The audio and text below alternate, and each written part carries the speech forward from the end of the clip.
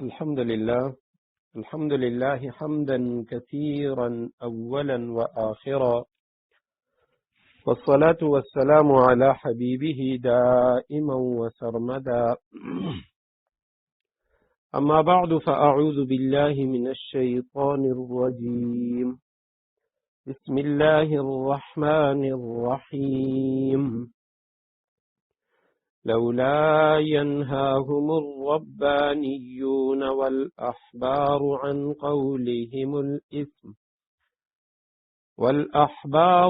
قولهم الإثم وأكلهم السحت لبئس ما كانوا يصنعون. صدق الله العظيم. اللهم صل على محمد النبي الأمي وعلى آله وأصحابه وبارك وسلم. رب اشرح لي صدري ويسر لي أمري واحلل عقدة من لساني يفقه قولي. رب زدني علما. اللهم أرنا الحق حقا وارزقنا اتباعه، وأرنا الباطل باطلا وارزقنا اجتنابه. سورہ مائدہ آیت نمبر 63 ہے.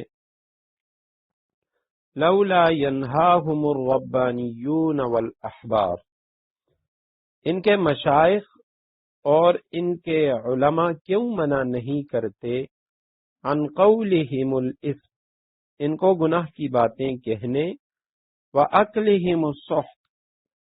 اور حرام کھانے سے، لبئس ما کانوا یصنعون، حقیقت یہ ہے کہ ان کا یہ طرز عمل نہایت برا ہے. اس سے پہلی والی آیت کریمہ اس کے آخر میں،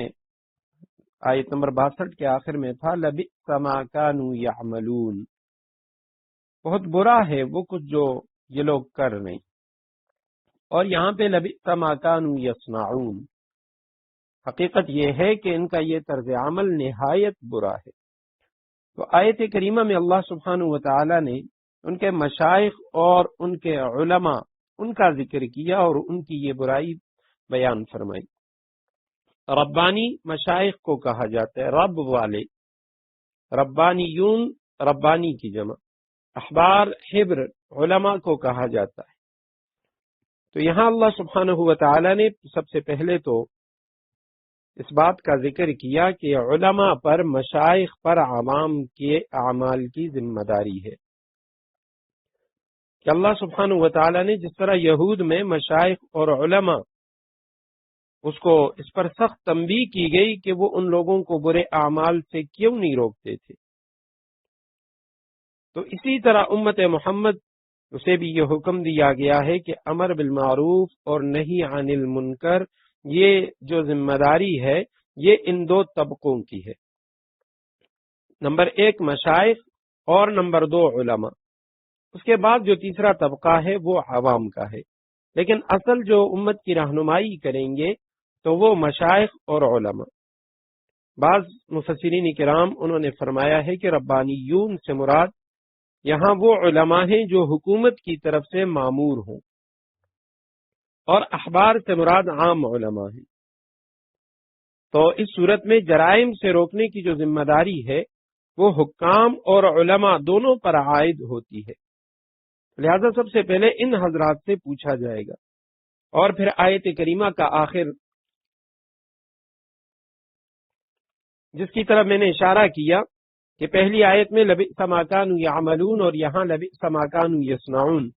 مفتی شفیع رحمہ اللہ نے اس کا فرق لکھا ہے کہ عمل اور اسی طرح فعل اور تیسرے نمبر پہ صنع یا صنعت، ان تینوں میں فرق کیا ہے. تو جہاں عوام کی غلط کاریوں کا ذکر تھا تو وہاں لبئس ما کانوا یعملون، اور مشائخ علماء کی غلطی پہ تنبیہ کی گئی تو اس کے آخر میں لبئس ما کانوا یصنعون. عربی لغت میں فعل جو ہے وہ ہر کام کو شامل ہے، ہر کام کے لیے، چاہے وہ کام بندہ قصدن کرے یا غلطی سے ہو جائے، باقصد ہو یا بلا قصد ہو،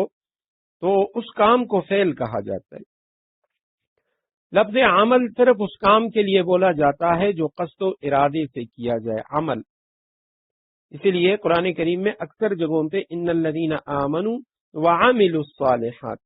فعل کا ذکر نہیں ہے، عمل کا ذکر ہے، کیونکہ فعل وہ بندے سے قصد اور بلا قصد صادر ہو جاتا ہے، لیکن عمل اس کے لیے قصد و ارادہ لازمی ہے۔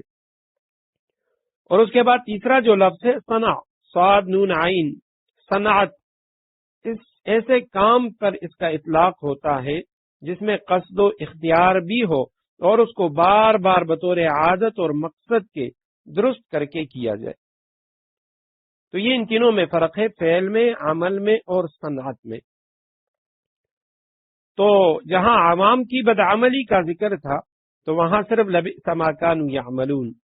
اور خواص یعنی مشائخ اور علماء ان کی غلط کاری کے نتیجے میں لفظ صنع اختیار فرمائے۔ تو اس میں اشارہ یعنی اس طرف ہو سکتا ہے کہ علماء اور مشائخ کی یہ جو غلطی تھی، یہ جو غلط روش تھی ان کی، تو یہ انہوں نے جان بوجھ کے اختیار کی تھی، اور اس کی وجہ یہ تھی کہ اگر ہم ان کو منع کریں گے تو یہ یا تو ہمارا کہنا یعنی سنیں گے ہی نہیں، اور یا یہ کہ ہمارا کہنا سنیں گے، باز آ جائیں گے، لیکن اس صورت میں یہ جو ہمیں نذرانے دے رہے ہیں، ہم ان سے پیسے لے رہے ہیں، تو یہ ہمارے جو نذرانے ہیں یہ بند ہو جائیں گے۔ اس لیے اللہ سبحانہ و تعالی نے خواص، مشائخ اور علماء ان کی غلط کاری کے نتیجے میں صنعت کا لفظ استعمال کیا، اور اسی سے امت محمد ان کے لیے بھی یہ سبق نکلتا ہے کہ علماء کے لیے، مشائخ کے لیے عوام کی اصلاح کرنا اور ان کو امر بالمعروف نہی عن المنکر کرنا، یہ ان پہ لازم ہے۔ مفتی شفیع رحمہ اللہ انہوں نے اس کا خلاصہ لکھا، فرماتے ہیں کہ جس جگہ بات سننے اور ماننے کا احتمال غالب ہو، کہیں پہ کوئی برائی ہو رہی ہے، گناہ کا کام ہو رہا ہے، اور وہاں پہ یعنی یہ غالب احتمال ہے کہ اگر میں بات کروں گا، دعوت دوں گا تو یہ لوگ سنیں گے اور مان لیں گے، تو فرمایا وہاں مشائخ اور علماء پر، بلکہ ہر مسلمان پر جس کو اس کام کا جرم و گناہ ہونا معلوم ہو، تو یہ اس پہ فرض ہے کہ وہ ان لوگوں کو گناہ سے روکے۔ اب پھر روکنے کی حدیث میں 3 درجات بیان ہوئے کہ جہاں ہاتھ سے روک سکتا ہے ہاتھ سے روکے، نہیں تو زبان سے بھی نہیں روک سکتا تو کم از کم دل کی جو نفرت اور اعراض ہے تو وہ برقرار رہنی چاہیے۔ اور کوئی ایسی جگہ ہو جہاں بندے کو غالب گمان یہ ہو کہ اس کی بات نہ تو سنی جائے گی بلکہ اس کے خلاف یعنی لوگ وہ دشمن ہو جائیں گے، وہ دشمنی پہ اتر آئیں گے، تو ایسی حالت میں ان کو منع کرنا اور روکنا فرض تو نہیں رہتا، لیکن افضل و بہتر پھر بھی یہ ہے کہ وہ ان کو دعوت دے دیں۔ تو فرمایا لولا ینہاہم الربانیون والاحبار، کیوں ان کے مشائخ اور علماء ان کو گناہ کی باتوں سے کہنے اور وَأَكْلِهِمُ السُّحْتَ حرام کھانے سے منع، آخر کیوں منع نہیں کرتے؟ لبئس ما كانوا يصنعون، حقیقت یہ ہے ان کا یہ طرز عمل نہایت برا ہے۔ اور یہ گناہ پر جو اظہار نفرت ہے یہ بھی لازم ہے کہ کم از کم اگر کہیں پہ گناہ ہو رہا ہے، کوئی شخص روک نہیں سکتا، نہ وہ زبان سے روک سکتا، نہ ہاتھ سے روک سکتا ہے، نہ زبان سے دعوت دے سکتا ہے، ایسے اوباش ہیں کہ جن سے ڈر ہے کہ وہ مجھے نقصان پہنچائیں گے، تو کم از کم دل کے اندر نفرت جو ہے یہ لازمی ہے۔ مالک بن دینار رحمہ اللہ وہ فرماتے ہیں کہ ایک جگہ اللہ سبحانہ و تعالی نے اپنے فرشتوں کو حکم دیا کہ یہ جو فلاں بستی ہے اس کو تباہ کر دو۔ اب فرشتوں نے عرض کیا کہ اے اللہ، اس بستی میں تو آپ کا فلاں جو نیک بندہ ہے، عبادت گزار ہے، وہ بھی رہتا ہے، تو حکم ہوا کہ اس کو بھی عذاب چکاؤ، اور بعض روایتوں میں آتا ہے کہ اس کو سب سے پہلے عذاب دو، اس کے بعد جو باقی لوگ ہیں ان کو عذاب دو۔ اور وجہ یہ ہے کہ یہ شخص ہماری نافرمانیوں اور گناہوں کو دیکھ کر تو اس پر بھی اس کو غصہ نہیں آیا اور اس نے یعنی گناہوں پر نفرت کا اظہار نہیں کیا۔ حضرت یوشع بن نون علیہ السلام جو حضرت موسیٰ علیہ السلام کے شاگرد تھے، ان کے تربیت یافتہ تھے، ان کا واقعہ ہم پیچھے پڑھ چکے ہیں، ان پر اللہ سبحانہ و تعالی نے وحی بھیجی کہ آپ کی قوم کے 1,00,000 آدمی عذاب سے ہلاک کیے جائیں گے، جن میں 40,000 وہ نیک لوگ ہیں اور 60,000 یہ بدکار ہیں، بدعمل ہیں، بد کردار ہیں۔ حضرت یوشع علیہ السلام نے عرض کیا کہ اے اللہ، جو بد کردار ہیں ان کی ہلاکت کی وجہ تو ظاہر ہے، لیکن جو نیک لوگ ہیں ان کو کیوں ہلاک کیا جا رہا ہے؟ تو ارشاد ہوا یہ نیک لوگ بھی ان بد کرداروں کے ساتھ دوستانہ تعلقات رکھتے ہیں، ان کے ساتھ کھانے پینے، ہنسی دل لگی میں شریک رہتے ہیں۔ تو میری نافرمانی اور گناہ دیکھ کر بھی کبھی ان کے چہروں پر ناگواری کا اثر نہیں آیا۔ تو اس لیے فرمایا جو یہ نیک لوگ ہیں 40,000 یہ بھی عذاب سے ہلاک ہوں گے۔ عمر بن عبدالعزیز رحمہ اللہ ان کے دور میں 3 شرابی پکڑے گئے، تو جب ان کو لایا گیا ان میں سے ایک شخص وہ روزہ دار تھا، اب نہ تو اس نے شراب پی تھی اور روزے کی حالت میں تھا، تو عمر بن عبدالعزیز رحمہ اللہ انہوں نے تینوں کو سزا دی، اور اس تیسرے کو اس لیے سزا دی کہ بھئی تم یہ جو شرابی تھے، گناہ کے اندر ملوث تھے، تم ان کے ساتھ بیٹھے کیوں تھے، میں تجھے اس پہ سزا دے رہا ہوں۔ وقالت الیہود ید اللہ مغلولہ، آیت نمبر 64۔ وقالت الیہود، یہودی کہتے ہیں ید اللہ مغلولہ، اللہ کے ہاتھ، الیاذ باللہ، اللہ کے ہاتھ بندے ہوئے ہیں۔ غلت ایدیہم، ہاتھ تو خود ان کے بندے ہوئے ہیں۔ وَلُعِنُوا بِمَا قَالُوا، جو بات انہوں نے کہی تھی اس کی وجہ سے ان پر لعنت الگ پڑی ہے۔ بل یداہ مبسوطتان، ورنہ اللہ کے دونوں ہاتھ پوری طرح کشادہ ہیں۔ ينفق کیف یشاء، وہ جس طرح چاہتا ہے خرچ کرتا ہے۔ وَلَيَزِيدَنَّ كَثِيرًا مِّنْهُمْ مَا أُنزِلَ إِلَيْكَ مِن رَّبِّكَ طُغْيَانًا وَكُفْرًا وَلَيَزِيدَنَّ، اور پیغمبر صلی اللہ علیہ وسلم مزید اضافہ ہوتا ہے، کثیرا منہم، بہت سوں کی، ما انزل الیک من ربک، جو وہی تم پر نازل کی گئی تمہارے رب کی طرف سے، طغیانا، جو اضافہ ہو رہا ہے ان میں سے بہت سوں کا، تو وہ اضافہ کیا ہے؟ طغیانا، سرکشی کا، وکفرا، اور کفر کا،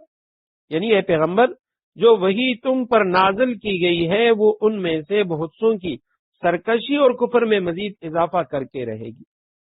وَأَلْقَيْنَا بَيْنَهُمُ الْعَدَاوَةَ وَالْبَغْضَاءَ إِلَى يَوْمِ الْقِيَامَةِ، اور ہم نے ان کے درمیان قیامت کے دن تک کے لیے عداوت اور بغض پیدا کر دیا ہے۔ كُلَّمَا أَوْقَدُوا نَارًا لِلْحَرْبِ، جب کبھی یہ جنگ کی آگ بھڑکاتے ہیں، أَطْفَأَهَا اللَّهُ، اللہ اس کو بجھا دیتا ہے۔ وَيَسْعَوْنَ فِي الْأَرْضِ فَسَادًا، اور یہ زمین میں فساد مچاتے پھرتے ہیں۔ وَاللَّهُ لَا يُحِبُّ الْمُفْسِدِينَ، جبکہ اللہ سبحانہ وتعالی فساد مچانے والوں کو پسند نہیں کرتا۔ یہودیوں نے کہا، قالت واحد مؤنث کا صیغہ ہے اور اکثر یعنی جمع کے ساتھ واحد مؤنث کا صیغہ بھی آتا ہے، تو کہا یہودیوں نے، ید اللہ، اللہ کا ہاتھ، مغلولتن، اس میں مفعول کا صیغہ ہے، غین لام غلن یہ اس کا مصدر ہے، اس کا معنی یہ ہے گردن سے بندھا ہوا، بند، عام طور پہ بخیل کے لیے یہ لفظ استعمال ہوتا ہے، تو غلن کے معنی ہے باندھنا، جکڑنا، توق یا بیڑی، ہتکڑی، اس کے لیے یہ لفظ استعمال ہوتا ہے۔ تو غل الید وبسطها، علماء نے لکھا، مفسرین نے، کہ یہ مجاز ہے، یہ استعارہ ہے بخل سے، اور کشادہ ہاتھ یہ استعارہ ہے سخاوت سے، فیاضی سے۔ تو ید اللہ مغلولہ، یہودی کہتے ہیں اللہ کے ہاتھ بندے ہوئے ہیں۔ غلت ایدیہم، بددعائیہ کلمہ ہے، یا تو اس کا معنی یہ ہے کہ ان لوگوں کے ہاتھ، ان یہودیوں کے ہاتھ بندے ہوئے ہیں، اور یا معنی یہ ہے کہ جکڑے جائیں، بند ہو جائیں ان کے ہاتھ۔ وَلُعِنُوا، اور ان پر لعنت ہو، پٹخار ہو ان پر، بما قالوا، بوجہ بسبب اس بات کے جو انہوں نے کی اللہ سبحانہ وتعالی کے بارے میں، بل یداہ، بلکہ اس کے ہاتھ، یعنی اللہ سبحانہ وتعالی کے ہاتھ، مبسوطتان، وہ کھلے ہوئے ہیں، اس میں مفعول تثنیہ مؤنث کا صیغہ ہے، مبسوطتن، مبسوطتان، دونوں ہاتھ کھلے ہوئے ہیں۔ ينفق، وہ خرچ کرتا ہے، کیف یشاء، جیسے چاہے، وَلَيَزِيدَنَّ، لام تاکید، آخر میں نون بھی تاکید کا، البتہ ضرور اضافہ کرے گی، کثیرن منہم ان میں سے بہت سوں کی، ماں وہ چیز انزل الیک جو آپ کی طرف نازل کی گئی، وہ وحی جو آپ کی طرف نازل کی گئی وہ ضرور بالضرور اضافہ کرے گی، زیادہ کرے گی۔ اور کون سی وحی؟ من رب کا جو تیرے رب کی طرف سے نازل کی گئی، طغیانن ان کی سرکشی، وہ بہت سوں کی سرکشی میں اضافہ کرے گی، وکفرن اور ان کے کفر میں، وَأَلْقَيْنَا اور ہم نے ڈال دیا، جمع متکلم کا صیغہ، بینہم ان کے درمیان، العداوہ والبغضاء، عداوت کے معنی دشمنی، بغضاء بغض، الی یوم القیامہ قیامت کی صبح تک، کلما جب کبھی، اوقدو انہوں نے سلگائی، ایقاد کے معنی آگ جلانا، آگ روشن کرنا، نارن آگ، للحرب لڑائی کے لیے، اطفأها اللہ، اطفأها اللہ کے معنی اطفاء کے معنی مٹانا، ختم کرنا، بجھا دینا، اطفأها اللہ اللہ نے اسے بجھا دیا، ویسعون اور یہ کوشش کرتے ہیں، فساد مچاتے ہیں، فی الارض زمین میں، فسادن فساد، اور اللہ سبحانہ و تعالی فساد مچانے والوں کو پسند نہیں کرتا۔ آیت کریمہ کا جو شان نزول ہے وہ یہ ہے کہ جب تک اللہ سبحانہ و تعالی، یہودیوں کا اپنا دعویٰ یہ تھا، اس سے پہلے کبھی تو کہا کرتے تھے کہ ہم اللہ سبحانہ و تعالی کے علیاذ باللہ ہم اس کے بیٹے ہیں اور ہم اس کے چہیتے ہیں، ہمیں اللہ سبحانہ و تعالی عذاب نہیں دیں گے، ہم بنی اسرائیل ہمیں اللہ سبحانہ و تعالی نے یہ فضیلتیں عطا کی ہیں۔ لیکن انہوں نے اللہ سبحانہ و تعالی کی شان میں گستاخی کی، اور یہ اس وقت کہ جب اللہ سبحانہ و تعالی نے، عام طور پہ چونکہ مدینہ کے یہودی وہ مالدار تھے، صاحب وسعت تھے، جب آپ صلی اللہ علیہ وسلم مدینہ تشریف لائے، آپ صلی اللہ علیہ وسلم کی دعوت ان کو پہنچی، تو ان ظالموں نے اپنی جو قومی چودراہٹ تھی، اپنی جو جاہلی رسوم تھی، تو اس سے حاصل ہونے والے جو نذرانے تھے، ان کی خاطر رسول اللہ صلی اللہ علیہ وسلم کی جو دعوت تھی اس سے روگردانی کی اور آپ صلی اللہ علیہ وسلم کی مخالفت کی، تو اس کی سزا میں اللہ سبحانہ و تعالیٰ نے ان پر دنیا تنگ کر دی، تنگ دست ہو گئے یہ، اور ان کو نکالا گیا، جلا وطن کیا گیا مدینہ منورہ سے، بنو نذیر کو، بنو قینقاع کو، خیبر جا کے یہ لوگ آباد ہو گئے۔ تو جب ان لوگوں پہ یہ حالات آ گئے تو اس وقت العیاذ باللہ یہ کہنے لگے، ید اللہ مغلولہ، اللہ کے ہاتھ بندھے ہوئے ہیں، العیاذ باللہ اللہ غریب ہو گیا، اللہ کے ہاتھ میں کچھ بھی نہیں ہے کہ ہم پہ یہ حالات کیوں آئے۔ تو اس کا جواب غلت ایدیہم، فرمائیں ان کے اپنے ہاتھ بندھے ہوئے ہیں، یا بددعائیہ کلمہ کہ ان کے ہاتھ وہ بند جائیں، یعنی یہ مزید مفلس ہو جائیں، کنگال ہو جائیں، یہ مزید ان پہ غربت و افلاس آئے۔ وَلُعِنُوا بِمَا قَالُوا، ان پہ لعنت کی گئی ان کے اس قول کی وجہ سے۔ بل یداہ مبسوطتان، اللہ سبحانہ و تعالیٰ کے دونوں ہاتھ وہ تو کشادہ ہیں، وہ کھلے ہیں، اور اللہ سبحانہ و تعالیٰ جس طرح چاہتا ہے وہ خرچ کرتا ہے۔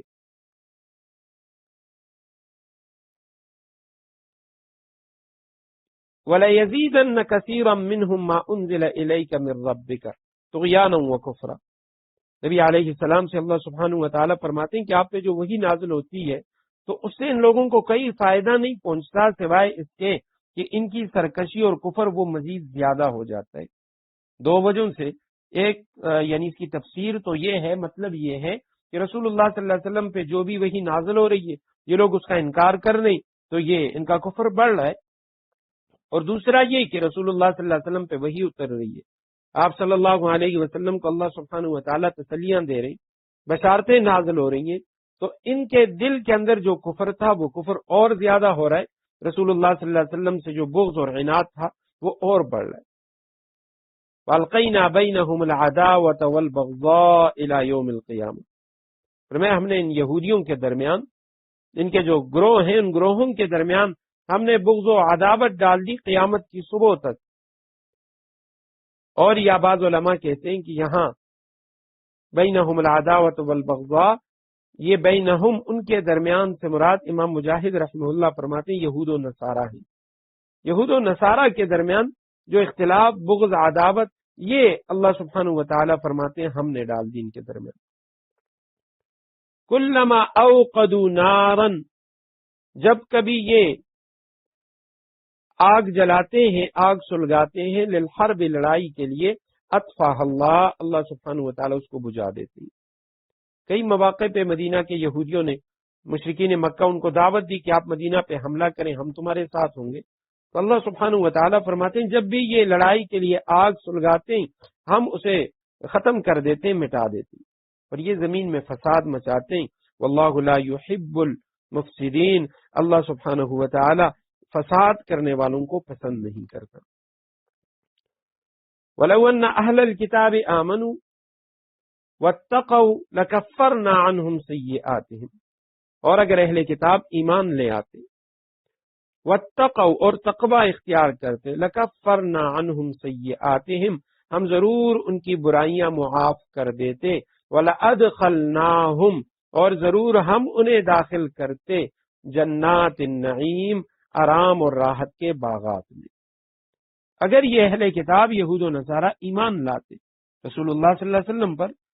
واتقوا اور تقوی اختیار کر دے، خدا خوفی اختیار کرتے، لکفرنا ان میں سے کچھ منافق تھے جو بظاہر ایمان لا چکے تھے، تو ان کے لیے فرمایا کہ خدا خوفی بھی ان کے دل میں ہو، صدق دل سے ایمان لائیں تو لکفرنا، کفر تو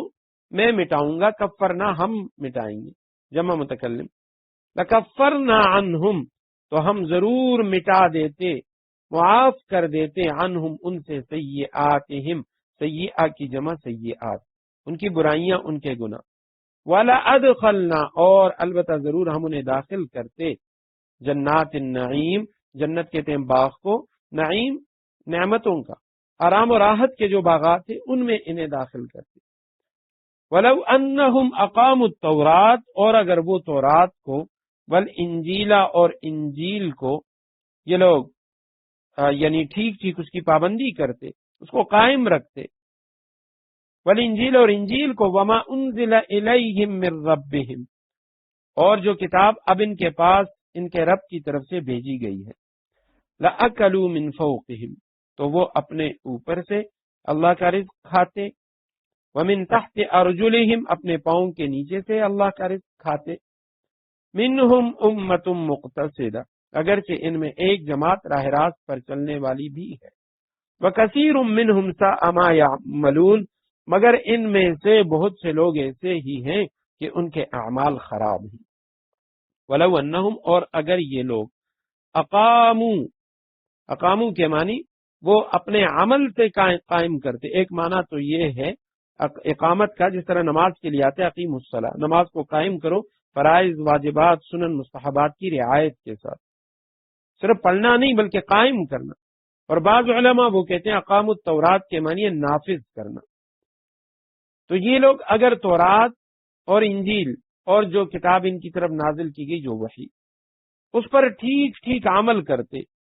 ٹھیک اس کی پابندی کرتے، یا دوسرا معنی کہ یہ تورات، انجیل اور قرآن کریم ان کے جو احکامات ہیں ان کو نافذ کرتے، لَأَكَلُوا مِن فَوْقِهِمْ البتہ یہ کھاتے، من فوقہم اپنے اوپر سے، ومن تحت ارجلہم اور اپنے پاؤں کے نیچے سے، یعنی ہر طرف سے یہ اللہ کا رزق کھاتے۔ منہم امہ ان میں سے ایک امت مقتصدہ اقتصاد سے ہے، اعتدال، سیدھے راستے پہ قائم، راہ راست پر ہے، عمل کے اندر وہ اعتدال پر ہے، وکثیر اور بہت سارے ان میں ساء برا ہے، ما یعملون جو کام وہ کر رہے، یعنی بہت سے لوگ ایسے ہیں ان کے اعمال خراب ہیں۔ تو آیت کریمہ میں ایک تو یہ ہے کہ تورات، انجیل اور قرآن کریم ان پر اگر یہ لوگ صحیح طور پر عمل کرتے، صحیح طور پر عمل کا مطلب یہ ہے کہ اگر یہ تورات پر صحیح طور پہ عمل کرتے تو چونکہ تورات کے اندر یہ پیشگوئی موجود ہے کہ آخر وقت میں رسول اللہ صلی اللہ علیہ وسلم آئیں گے، تو یہ آپ صلی اللہ علیہ وسلم کی بعثت کو تسلیم کرتے، قرآن کریم کو مان لیتے۔ اسی طرح انجیل والے وہ اگر صحیح طور پہ انجیل کو ماننے والے ہوتے وہ قرآن کو بھی مان لیتے، کیونکہ جس طرح انجیل اللہ کی کتاب اس میں قرآن کے متعلق بھی پیشگوئیاں موجود ہیں۔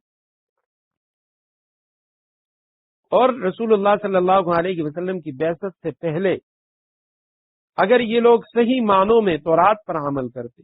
صحیح معنوں میں انجیل پر عمل کرتے، تو اللہ سبحانہ و تعالیٰ فرماتے ہیں کہ ہم ان کو ہر طرف سے رزق دیتے، رزق کے اندر کشادگی ہوتی۔ احکام الہیہ جو ہیں ان پہ پورا عمل، یہ دنیا میں بھی برکات کا سبب ہے کہ دنیا میں بھی اللہ سبحانہ وتعالیٰ کی فرمانبرداری کی وجہ سے اللہ سبحانہ وتعالیٰ دنیا کے اندر اپنے اس بندے کو اس کا جو بدلہ ہے وہ عطا کرتے. اصل بدلہ تو آخرت میں ملے گا لیکن دنیا میں بھی ملتا ہے. اور یہی وجہ ہے حضرت عمر رضی اللہ تعالیٰ عنہ نے ان کے دور میں جب فتوحات ہوئی اور ایران، شام، یہ سارے علاقے فتح ہوئے، حضرت عمر رضی اللہ تعالیٰ عنہ بعض اوقات رویا کرتے تھے، فرمایا کرتے تھے اے اللہ کہیں ایسا تو نہیں ہے کہ ہمارے نیک اعمال کا بدلہ وہ ہمیں دنیا ہی میں مل گیا کہ آخرت میں ہمارے لیے اب کچھ نہیں. تو دنیا میں اللہ سبحانہ وتعالیٰ کچھ اس کا جو بدلہ ہے وہ عطا فرما دیتی. تو آیت کریمہ میں فرمایا اگر یہ لوگ تورات پہ صحیح طور پہ عمل کرتے تو یہ ہر طرف سے ان کو رزق ملتا. انجیل پہ صحیح طور پہ عمل کرتے ہر طرف سے ان کو رزق ملتا. قرآن کریم پہ صحیح طور پہ عمل کرتے اور اس کے احکامات کی مکمل پابندی کرتے تو اللہ سبحانہ وتعالیٰ ان پہ رزق کشادہ فرما دیتے، رزق کے دروازے کھول دیتے. اور جو تیسرا معنی ہے وہ یہ ہے کہ اگر یہ تورات، انجیل، قرآن کریم اس کے احکامات کو نافذ کرتے،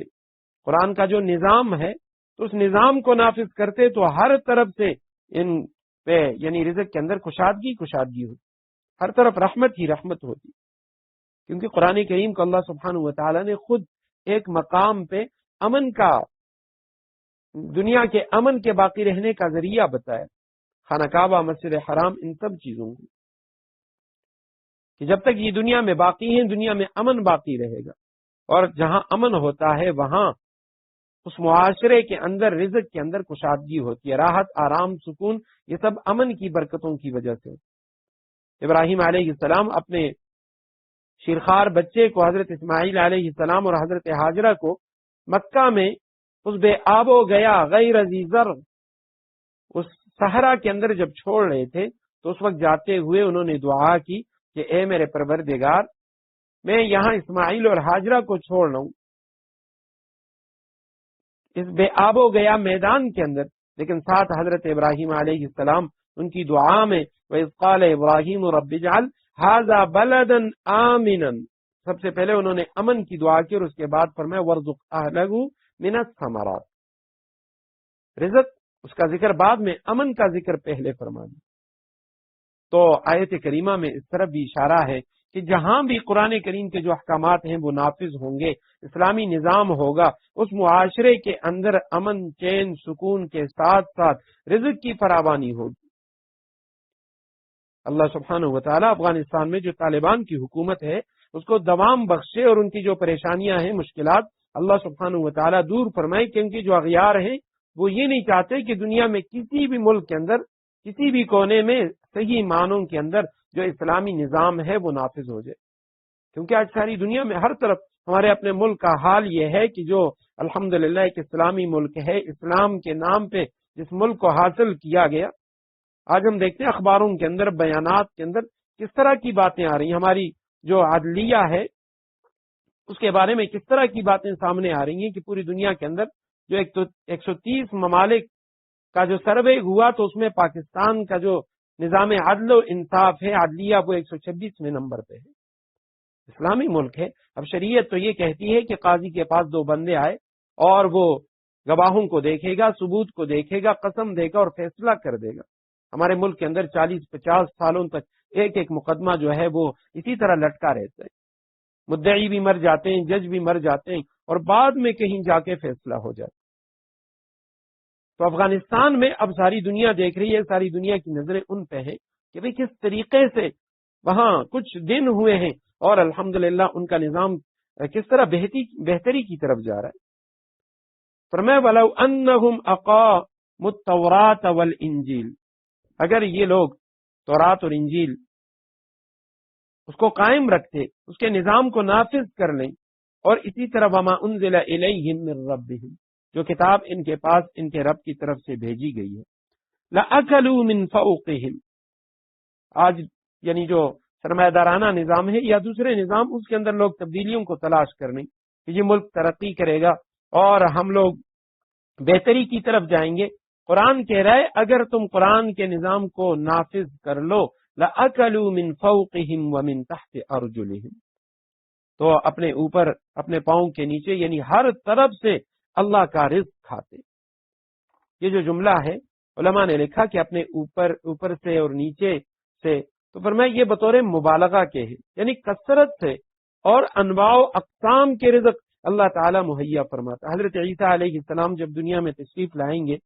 اور پھر جب وہ قرآن کا نظام نافذ کریں گے تو حدیث میں آتا ہے کہ بھئی ایک ایک پورا جو خاندان وہ ایک ایک فروٹ پہ گزارا کرے گا، ایسی برکتیں ہوں گی، اللہ سبحانہ و تعالی ایسی برکتیں عطا فرمائیں گی۔ اور یا بعض علماء لکھتے ہیں کہ اوپر نیچے سے مراد یہ ہے کہ لَأَكَلُوا مِن فَوْقِهِمْ، اس سے مراد یہ ہے کہ آسمان، اوپر آسمان ہے تو آسمان سے اللہ سبحانہ و تعالی حسب ضرورت خوب بارشیں برساتا،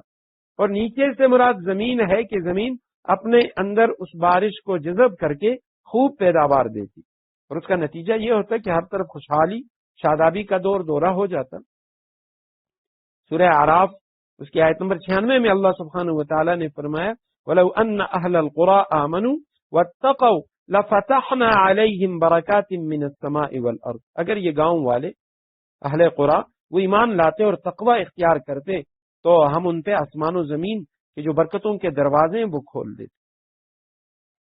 تفسیر مدارک میں لکھا ہے کہ یہ آیت اس بات پہ دلالت کرتی ہے کہ جو نیک عمل ہے، اللہ سبحانہ و تعالیٰ کی جو اطاعت ہے، یہ رزق کے اندر کشادگی کا سبب ہے۔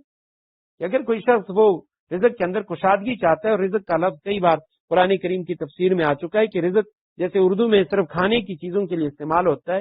تو عربی میں رزق کا لفظ یہ کھانے پینے کی چیزوں کے لیے نہیں آتا، بلکہ انسان کی جتنی ضروریات ہیں، اس کا لباس ہے وہ بھی رزق، اس کا کھانا پینا وغیرہ وہ بھی اس کے رزق میں آتا ہے، تو یہ تمام چیزیں اس میں آتی ہیں۔ تو اللہ سبحانہ و تعالیٰ کی طاعت یہ انسان کے رزق کی کشادگی کا سبب ہے۔ منہم امت مقتصدہ، ان میں ایک امت، ایک گروہ اعتدال والا بھی ہے۔ عبداللہ ابن سلام رضی اللہ تعالیٰ عنہ جیسے انہوں نے اسلام قبول کیا، اسی طرح دیگر کئی، حضرت کعب احبار رضی اللہ تعالی عنہ، اور نصارہ میں سے بھی کچھ لوگ، حضرت تمیم داری رضی اللہ تعالیٰ عنہ، حضرت اکرمہ رضی اللہ تعالیٰ عنہ۔ تو یہ جو حضرات ہے، حضرت عدی ابن حاتم طائی رضی اللہ تعالیٰ عنہ، یہ عیسائیت چھوڑ کے انہوں نے اسلام قبول کیا۔ وَكَثِيرٌ مِّنْهُمْ سَاءَ مَا يَعْمَلُونَ، اور ان میں زیادہ تر اکثریت جو ہے ان کے اعمال خراب ہیں۔ یا ایھا الرسول بلغ ما انزل الیک من ربک وان لم تفعل فما بلغت رسالته واللہ یعصمک من الناس، اے رسول صلی اللہ علیہ وسلم جو کچھ تمہارے رب کی طرف سے تم پہ نازل کیا گیا ہے بلغ، اس کی تبلیغ کرو۔ وان لم تفعل، اور اگر ایسا نہیں کرو گے، فما بلغت رسالته، تو اس کا مطلب یہ ہوگا کہ تم نے اللہ کا پیغام نہیں پہنچایا۔ واللہ یعصمک من الناس، اللہ تمہیں لوگوں کی سازشوں سے بچائے گا۔ ان اللہ لا یہدی القوم الکافرین، یقین رکھو اللہ کافر لوگوں کو ہدایت نہیں دیتا۔ رکوع نمبر 10 ہے، اور ماقبل کے ساتھ اس کا ربط یہ ہے کہ اس سے پہلے والے رکوع میں یہودیوں کے حق کو چھپانے کا ذکر تھا، بما کانوا یکتمون، آیت نمبر 61 میں،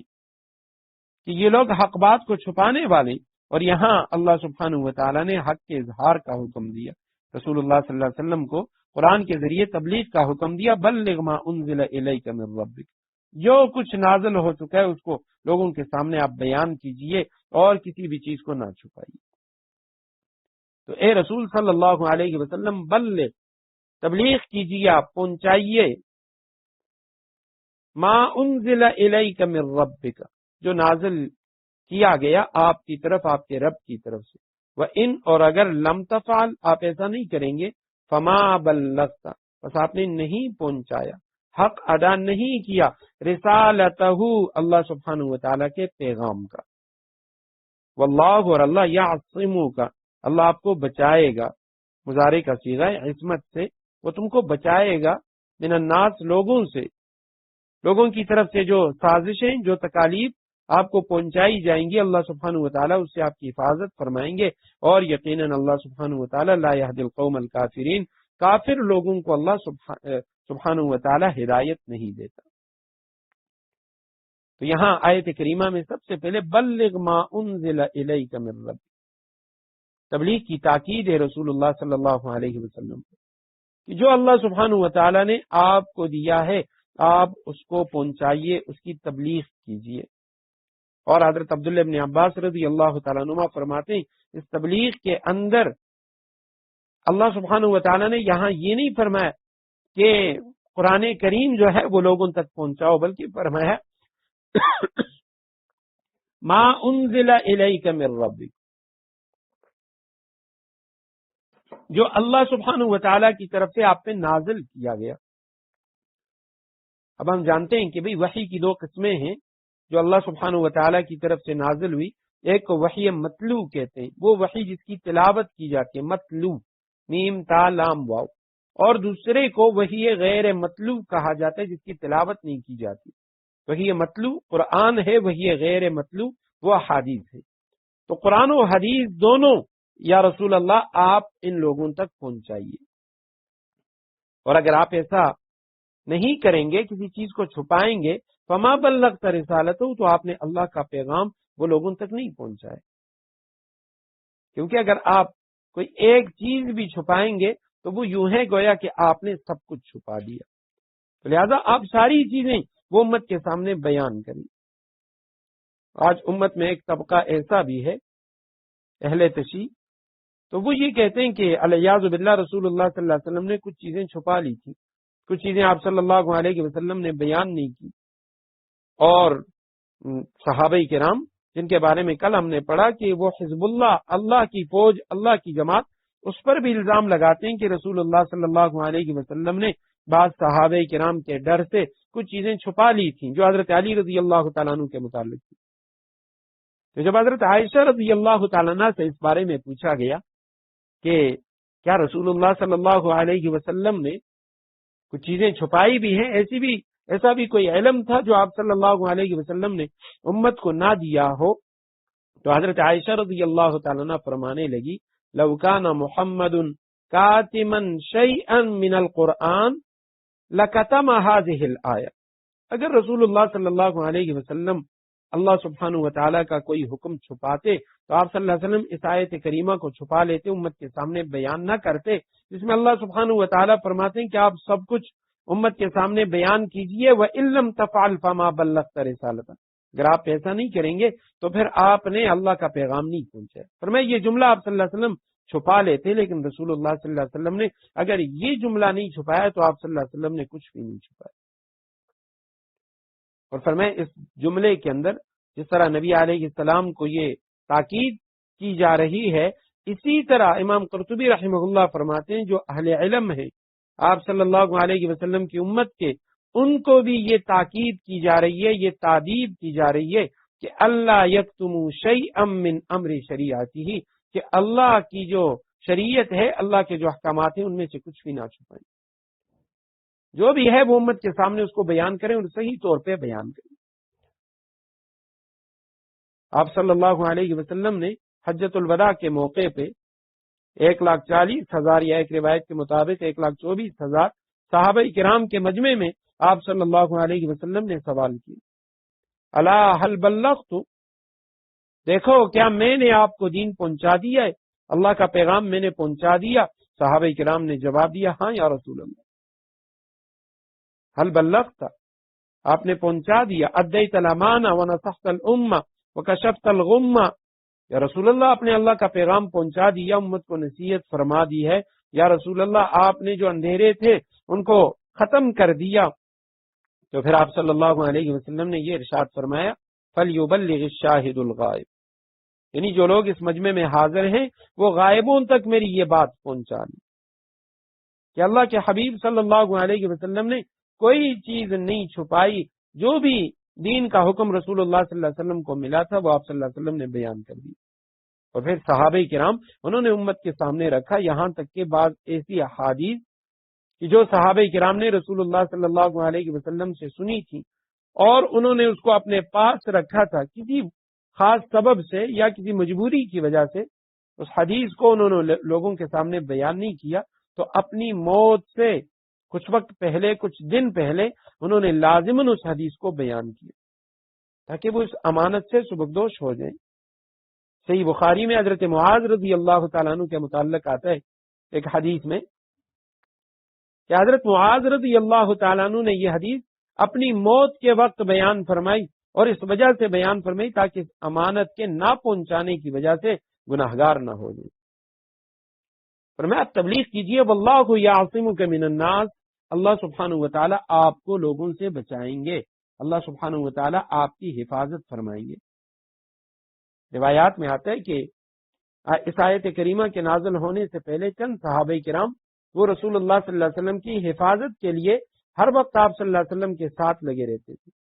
سفر و حضر میں آپ صلی اللہ علیہ وسلم کی حفاظت فرمایا کرتے تھے، لیکن جب یہ آیت کریمہ نازل ہوئی تو آپ صلی اللہ علیہ وسلم نے ان سب کو رخصت کر دیا اور فرمایا اب کسی پہرے اور حفاظت کی ضرورت نہیں رہی، کیونکہ اللہ سبحانہ و تعالیٰ نے یہ کام خود اپنے ذمے لے لیا۔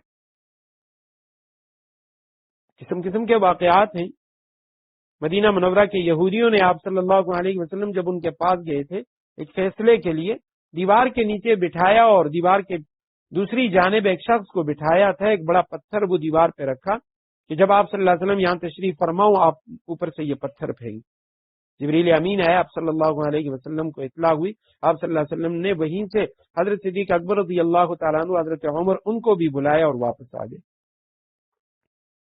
اسی طرح دیگر کئی مقامات سے رسول اللہ صلی اللہ علیہ وسلم کے اللہ سبحانہ و تعالیٰ نے حفاظت فرمائی۔ غزوہ بدر کے بعد جو مشہور واقعہ ہوا صفوان ابن امیہ کا اور حضرت عمیر رضی اللہ تعالیٰ عنہ کا، جنہوں نے بعد میں اسلام قبول کیا، تو مکہ میں ایک پتھر کے اوپر بیٹھے ہوئے یہ آپس میں ایک معاہدہ کرنے اور پھر وہ رسول اللہ صلی اللہ علیہ وسلم کے قتل کے لیے مدینہ منورہ آیا، مسجد نبوی میں آپ صلی اللہ علیہ وسلم نے سب لوگوں کے سامنے اسے بلایا، وہ ساری باتیں اس کے سامنے رکھی۔ وہ حیران و پریشان کہ میرے اور صفوان ابن امیہ کے علاوہ اور تو کسی کو اس بات کا پتہ نہیں ہے، تو آپ صلی اللہ علیہ وسلم نے فرمایا نبأنی العلیم الخبیر،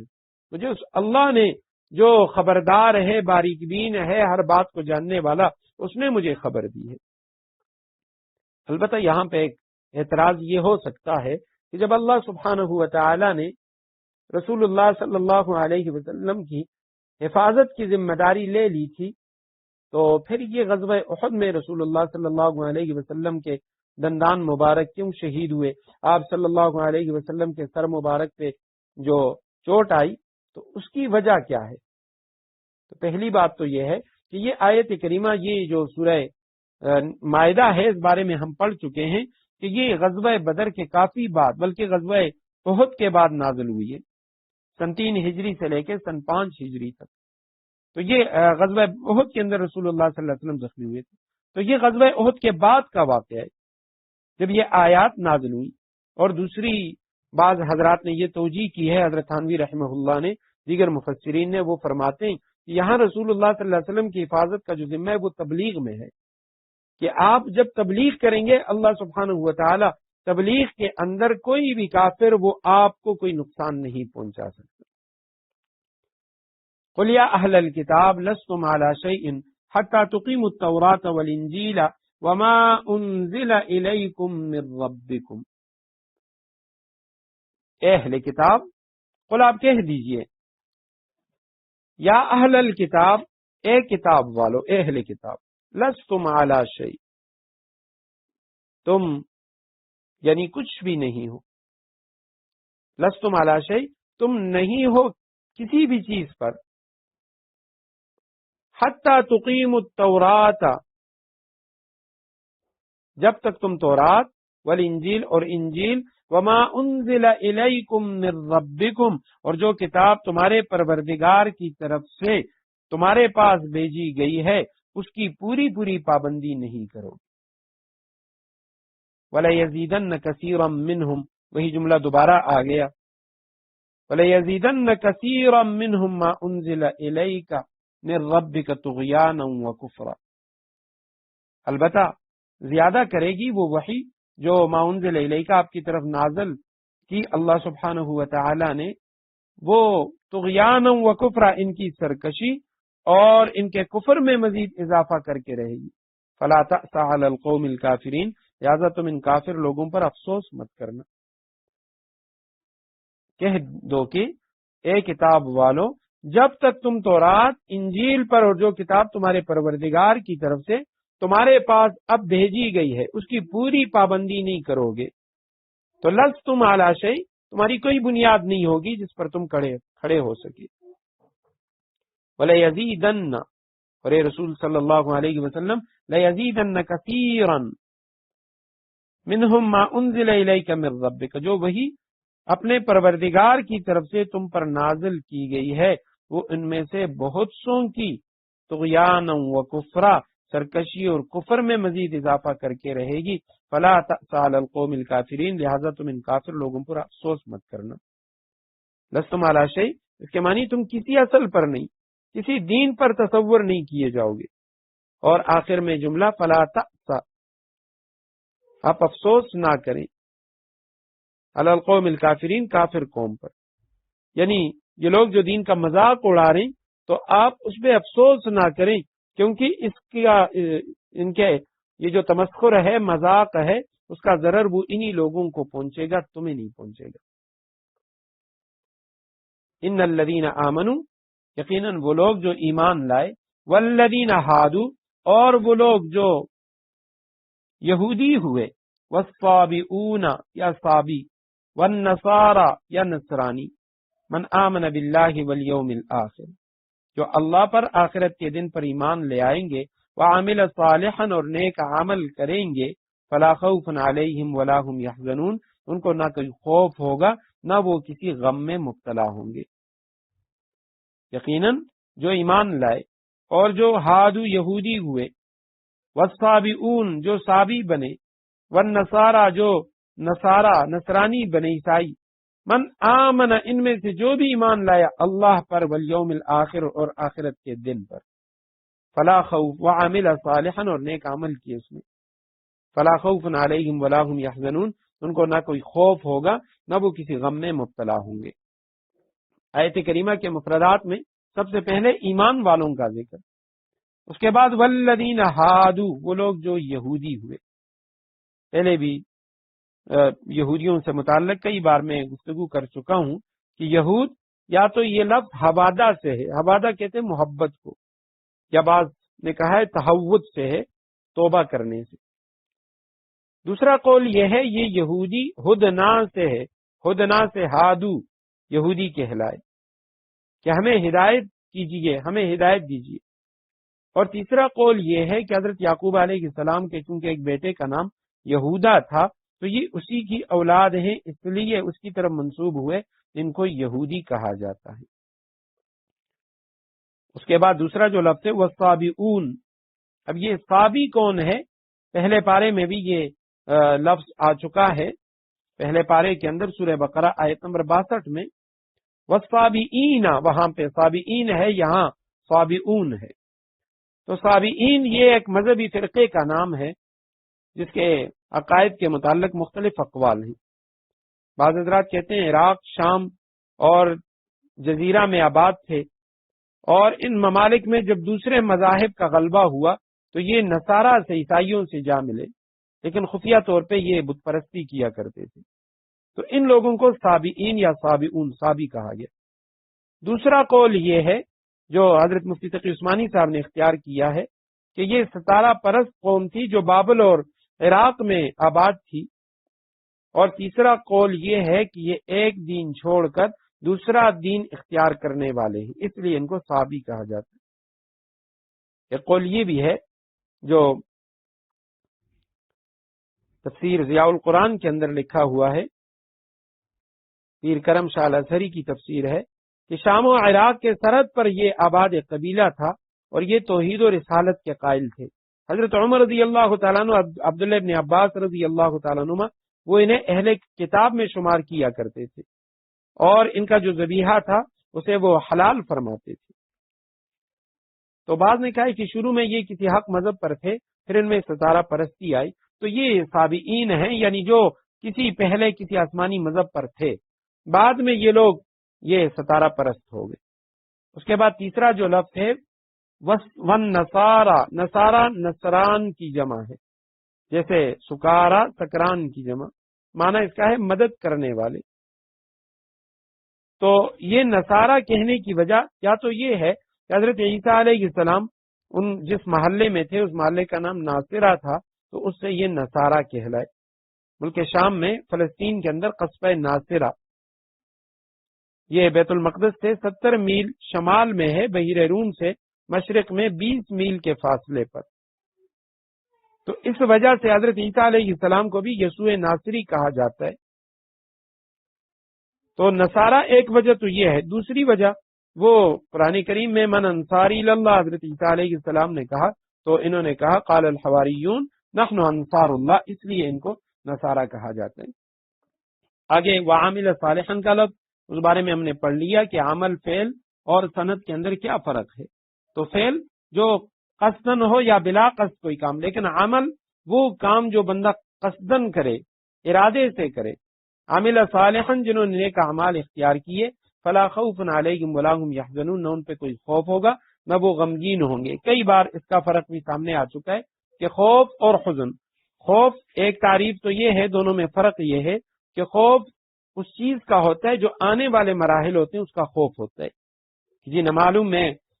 فلاں علاقے کی طرف جا رہا ہوں، مجھے خوف ہے، مجھے ڈر ہے، وہاں فلاں سے میری دشمنی ہے تو وہ کہیں میرے ساتھ کچھ نہ کر لے، یا میں جنگل کی طرف نکل رہا ہوں، مجھے شیر کا خوف ہے۔ اور حزن یہ ہے کہ جو اعمال بندے نے پہلے کیے، گزشتہ جو زندگی ہے اس میں اس سے جو گناہ ہوئے، جو غلطیاں ہوئیں، ان پر جو افسوس ہوتا ہے، ندامت ہوتی ہے، اسے حزن کہا جاتا ہے۔ بعض حضرات کہتے ہیں خوف اور حزن میں یہ فرق ہے، خوف اپنی ذات کا ہوتا ہے، حزن اپنی اولاد، اپنے دوستوں، رشتہ داروں کا جو خوف ہوتا ہے اسے حزن کہتے ہیں۔ جیسے نبی علیہ السلام کے بارے میں قرآن میں ہے، حضرت صدیق اکبر رضی اللہ تعالیٰ عنہ کو آپ صلی اللہ علیہ وسلم نے جب غار ثور میں تھے تو فرمایا تھا لا تحزن ان اللہ معنا، اے ابو بکر تو غم نہ کر۔ تو علماء نے لکھا حضرت ابوبکر صدیق رضی اللہ تعالیٰ عنہ کو اپنی فکر نہیں تھی، رسول اللہ صلی اللہ علیہ وسلم کی فکر تھی، اس لیے آپ صلی اللہ علیہ وسلم نے فرمایا لا تحزن، اے ابو بکر ہم پکڑے نہیں جائیں گے، اللہ ہمارے ساتھ ہے۔ البتہ آیت کریمہ کے اندر ایک مسئلہ یہ ہے کہ بھئی یہ یہاں جو فرمایا کہ جو لوگ ایمان والے مسلمان ہیں یا یہودی ہیں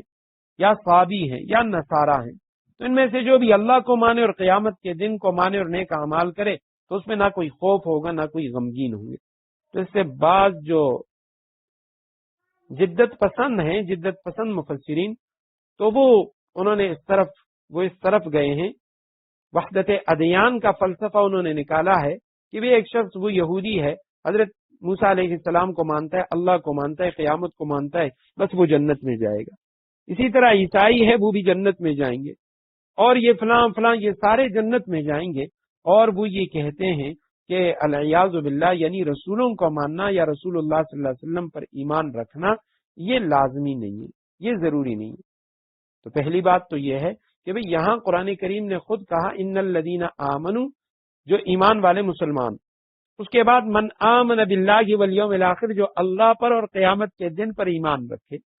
تو کس طرح ایمان رکھے؟ جس طرح صحابہ کا ایمان تھا۔ اور عمل صالح، تو عمل صالح کون سا ہوگا؟ نیک عمل جو قرآن بتائے گا۔ یہ آیت کریمہ اور سورہ بقرہ کی آیت نمبر 62، اس کے کلمات بھی یہی ہیں ان الذین آمنوا والذین ہادوا والنصارى والصابئین من آمن باللہ والیوم الاخر۔ تو چونکہ قرآن کریم کی اصل تشریح وہ قرآن کے ذریعے ہوتی ہے، تو قرآن کریم اسی پارہ چھٹے پارے کی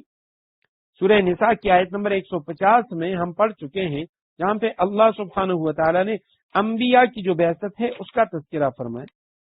آیت کریمہ کچھ یوں ہے ان الذین یکفرون باللہ ورسلہ ویریدون ان یفرقوا بین اللہ ورسلہ ویقولون نؤمن ببعض ونکفر ببعض ویریدون ان یتخذوا بین ذلک سبیلا۔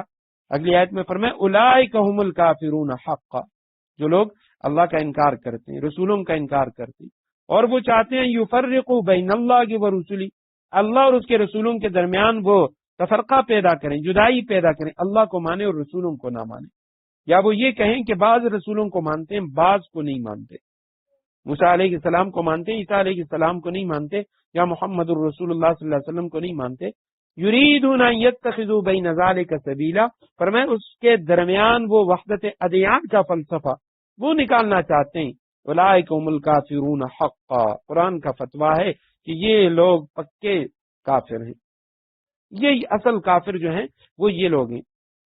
اس کے بعد فرمائے والذین آمنوا